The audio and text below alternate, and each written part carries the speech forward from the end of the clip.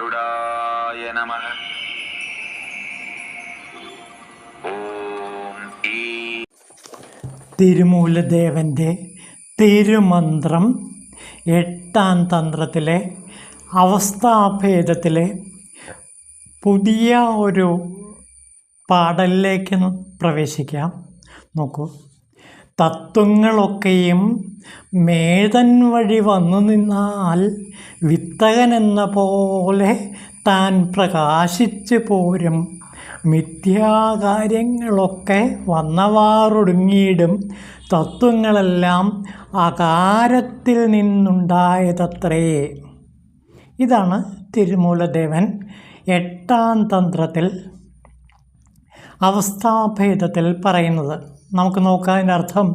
തത്വങ്ങളൊക്കെയും മേധൻ വഴി വന്നു നിന്നാൽ വിത്തകനെന്ന പോലെ താൻ പ്രകാശിച്ചു പോരും.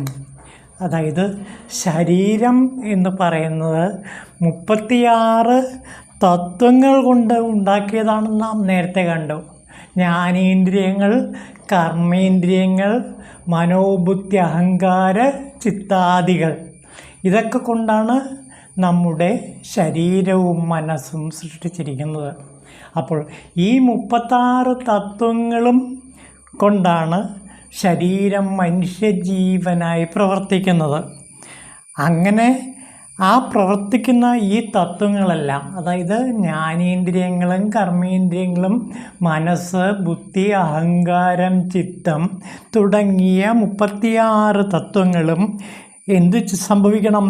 മേൽ തൻവഴി വന്നു നിന്നാൽ, അതിൻ്റെ യഥാർത്ഥ വഴിയിലേക്ക് ഉയർന്നാൽ, അതിൻ്റെ യഥാർത്ഥ സത്തയിലേക്ക് എത്തിച്ചേർന്നാൽ എന്തായി മാറും? വിത്തകൻ എന്ന പോലെ താൻ പ്രകാശിച്ചു പോരും. ഈ ഇന്ദ്രിയങ്ങളും മനസ്സും അതേപോലെ ബുദ്ധിയും ചിത്തവും എല്ലാം തന്നെ ആരായി മാറും? വിത്തകൻ എന്ന പോലെ താൻ പ്രകാശിച്ചു നിൽക്കും. വിത്തകൻ ഈശ്വരൻ, ഈശ്വരനെ പോലെ പ്രകാശിച്ചു നിൽക്കും. അതാണ് ഇവിടെ തിരുമൂലദേവൻ പറയുന്നത്. എന്നിട്ടോ, മിഥ്യാകാര്യങ്ങളൊക്കെ വന്നവാറൊടുങ്ങിയിടും.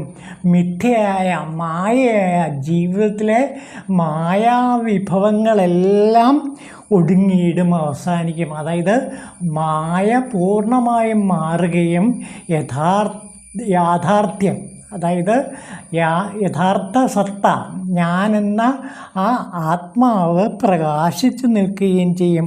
തത്വങ്ങളെല്ലാം, കാരണം എന്താ? തത്വങ്ങളെല്ലാം മകാരത്തിൽ നിന്നുണ്ടായതത്രേ. ഈ 36 തത്വങ്ങളും എവിടെ നിന്നാണ് ഉണ്ടായത്? മകാരത്തിൽ നിന്നാണ് ഉണ്ടായത്. അതായത് അകാര, ഉകാര, മകാരങ്ങൾ ചേർന്ന ഓംകാരം, പ്രണവത്തിൻ്റെ 3 മാത്രകൾ, അകാരം, ഉകാരം, മകാരം.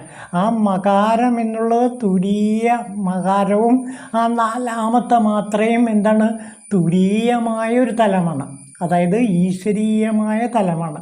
ആ ഈശ്വരീയമായ തലത്തിലേക്ക് ഈ പഞ്ചേന്ദ്രിയങ്ങളും മനസ്സും ബുദ്ധിയും അഹങ്കാരവുമെല്ലാം എത്തിച്ചേരും. അതായത് പ്രഭവസ്ഥാനമായ ആ മകാരത്തിലേക്ക്, തുരീയാതീതമായ തലത്തിലേക്ക് ഈ ഇന്ദ്രിയങ്ങളും മനസ്സും എല്ലാം തന്നെ എത്തിച്ചേരും. അപ്പോൾ പിന്നെ ഇന്ദ്രിയങ്ങളും 36 തത്വങ്ങളും എന്തായി മാറും? ഈശ്വരീയമായി വിത്തകൻ എന്ന പോലെ താൻ പ്രകാശിക്കും. ഈശ്വരനെ പോലെ, ആത്മാവിനെ പോലെ പ്രകാശിക്കും. ഇതാണ് പരമോന്നതമായ ഒരു തത്വത്തെക്കുറിച്ചിട്ട് തിരുമൂലദേവൻ പറയുന്നത്. അതായത് നാം നിരന്തരം ശല്യമെന്ന് പറയുന്ന ഇന്ദ്രിയങ്ങൾ നമ്മുടെ തന്നെ മോചനത്തിന് കാരണമായിത്തീരും, മോക്ഷത്തിന് കാരണമായിത്തീരും എന്നാണ് തിരുമൂലദേവൻ പറയുന്നത്. അതായത് ഏത് ഇന്ദ്രിയവും അതിൻ്റെ ഉത്ഭവസ്ഥാനത്തേക്ക് എത്തിച്ചേർന്നാൽ, മനസ്സ് അതിൻ്റെ ഉത്ഭവസ്ഥാനമായ ആത്മാവിലേക്ക് എത്തിച്ചേർന്നാൽ, അതിൻ്റെ ഉന്നതമായ തലത്തിലേക്ക്, അത് എവിടെ നിന്നാണോ പുറപ്പെട്ടത് അവിടേക്ക്, ആ പ്രഭവസ്ഥാനത്ത് എത്തിച്ചേർന്നാൽ വിത്തകനെ പോലെ, ഈശ്വരനെ പോലെ, ശിവനെ പോലെ ശോഭിച്ചുകൊണ്ട് പ്രകാശിച്ചുകൊണ്ടേയിരിക്കും. അപ്പോൾ നമ്മുടെ ഇന്ദ്രിയങ്ങൾ നമുക്ക് ശാപമായിരിക്കെ തന്നെ അനുഗ്രഹമാണ്. അനുഗ്രഹമാണ്. അതുപോലെ മനസ്സ് നമുക്കൊരു ശല്യമാണ്. പലപ്പോഴും നമ്മൾ മനസ്സിൻ്റെ അടിമകളാണ്. മനസ്സ് ഏത് വഴിയിലൂടെയാണോ പോകുന്നത് ആ വഴിയിലൂടെയാണ് നമ്മുടെ ചിന്തകളും മറ്റെല്ലാം പാഞ്ഞു പോകുന്നത്. അങ്ങനെ നാം നരകത്തിൻ്റെ പടുകുഴിയിൽ, മായയുടെ പടുകുഴിയിൽ വീണ് നശിക്കുന്നു. എന്നാൽ ഈ മനസ്സിനെ തന്നെ മോക്ഷത്തിനും കാരണമായി ഉപയോഗിക്കാം. അതാണ് ഇവിടെ പറയുന്നത്. മനസ്സ് ബന്ധനത്തിനും കാരണമാണ്, മോക്ഷത്തിനും കാരണമാണ്. അത് എങ്ങനെ മോക്ഷത്തിന് കാരണമായി തീരും? ഈ മനസ്സിനെ അതിൻ്റെ ഉത്ഭവസ്ഥാനത്ത് ലയിപ്പിക്കുക. ഉത്ഭവസ്ഥാനമായ ശിവത്തിൽ ലയിപ്പിച്ചാൽ മനസ്സ് ശിവനെ പോലെ തന്നെ ശോഭിക്കും. അതാണ് ഇവിടെ പറയുന്നത്. പക്ഷെ നാം നമ്മുടെ മനസ്സിനെ ഏത് തരത്തിലേക്ക് കൊണ്ടുപോകുന്നു? മായയിൽപ്പെട്ട്, ലൗകിക കാര്യങ്ങളിൽപ്പെട്ട്, ഓരോരോ സ്വാർത്ഥ താല്പര്യങ്ങൾക്കനുസരിച്ച്, അഹംഭാവത്തിനനുസരിച്ച് പ്രവർത്തിച്ചുകൊണ്ടേയിരിക്കുന്നു. ഈ അഹംഭാവം, ഞാനെന്ന ഭാവം ഒടുങ്ങുകയും മനസ്സ് അതിൻ്റെ യഥാർത്ഥ സ്വരൂപത്തിലേക്ക് ലയിച്ചു ചേരുകയും ചെയ്യുമ്പോൾ സത്യത്തിൽ ഈ മനസ്സ് തന്നെ മോക്ഷത്തിന് കാരണമായിത്തീരും. ഇത് ഭഗവത്ഗീതയിൽ വളരെ വ്യക്തമായിട്ട് ഭഗവാൻ കൃഷ്ണന് പറഞ്ഞു കൊടുക്കുന്നുണ്ട്. നമുക്കത് നോക്കാം. ഇന്ദ്രിയങ്ങളുടെയും മനസ്സിൻ്റെയും നിയന്ത്രണത്തിലൂടെ എല്ലാ ഇന്ദ്രിയ പ്രവർത്തനങ്ങളെയും പ്രാണപ്രവർത്തനങ്ങളെയും നിയന്ത്രിതമായ മനസ്സാകുന്ന അഗ്നിയിൽ ഹോമിക്കുന്നു.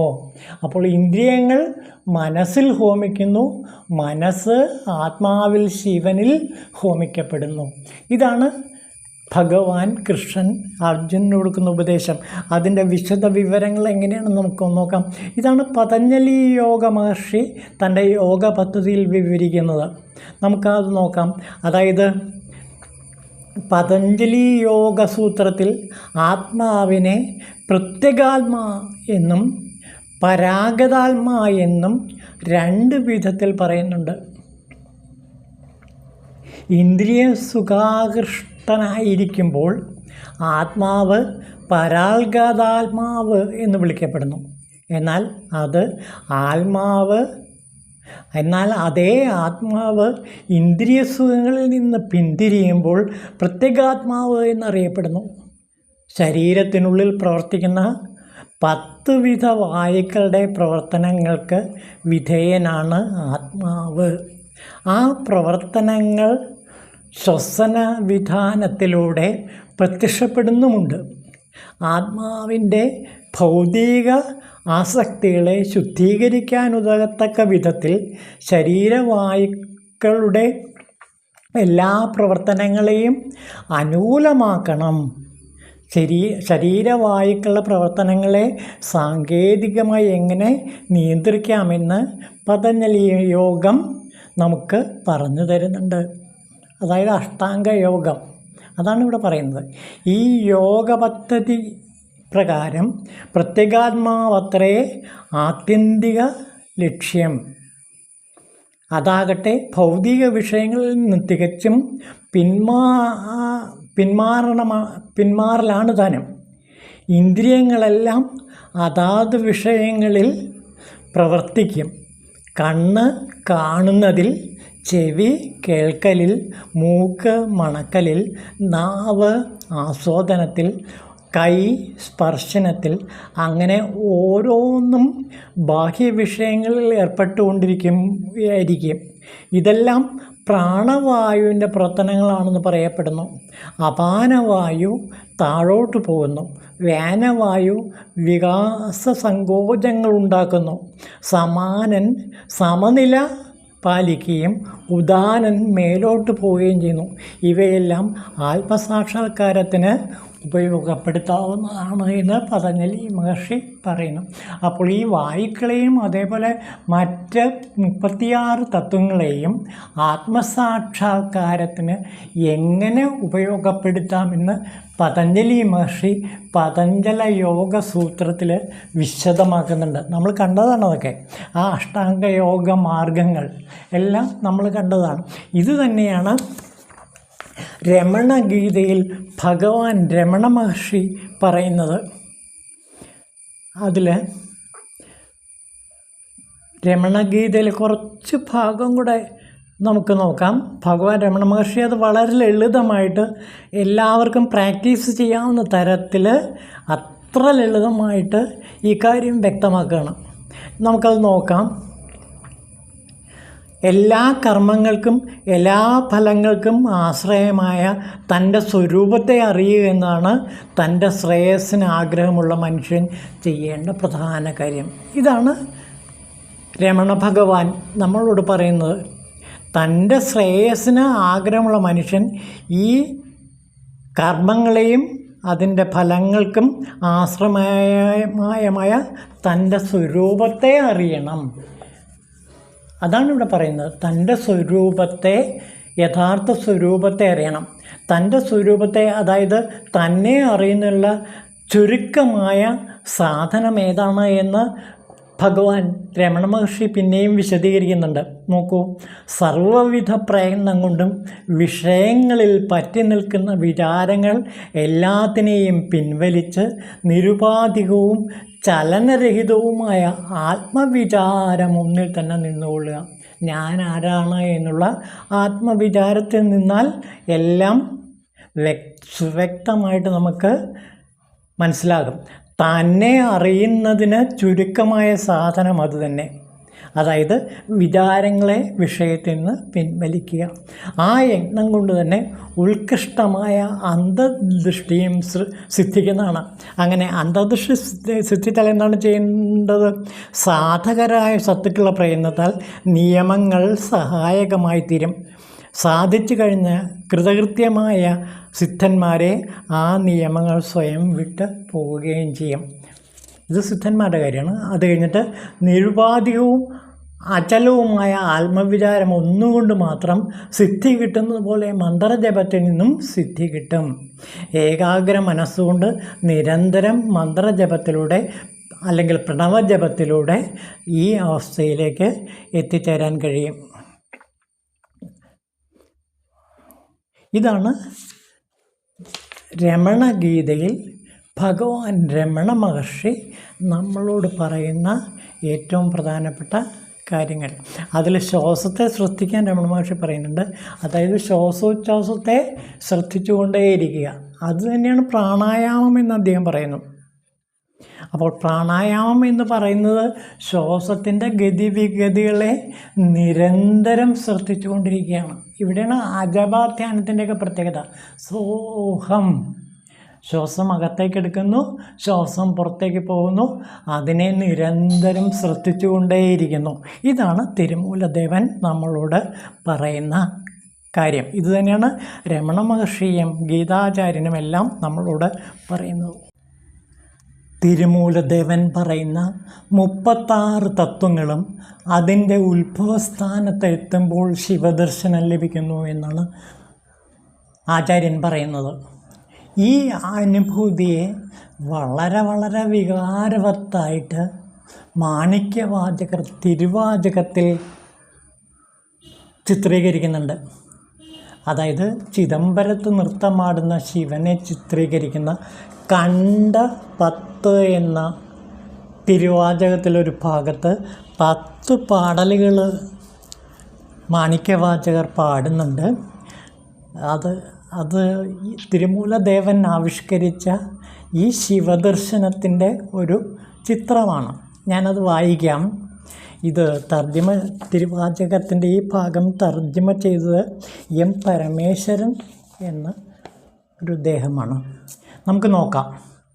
ഇന്ദ്രിയ വശംവദനായി ഞാൻ മോഹാന്തനായി മൃതിയെ പുൽകിയിടുവാൻ ഹേതുവായ തീർന്നീടവേ തിന്മയിൽപ്പെട്ട് കൊടുന്നരകം പൂകിയിടാതെ ചിന്തയെ തെളിയിച്ച് ശിവസ്വരൂപമാക്കി എന്നെ കൈക്കൊണ്ടവനെ അപരിമേയനാകും ആനന്ദദായകനെ ഞാൻ ചിറ്റമ്പലത്തിൽ കണ്ടേൻ. എന്നിട്ട് മാണിക്യവാചകർ വീണ്ടും തുടരുകയാണ്.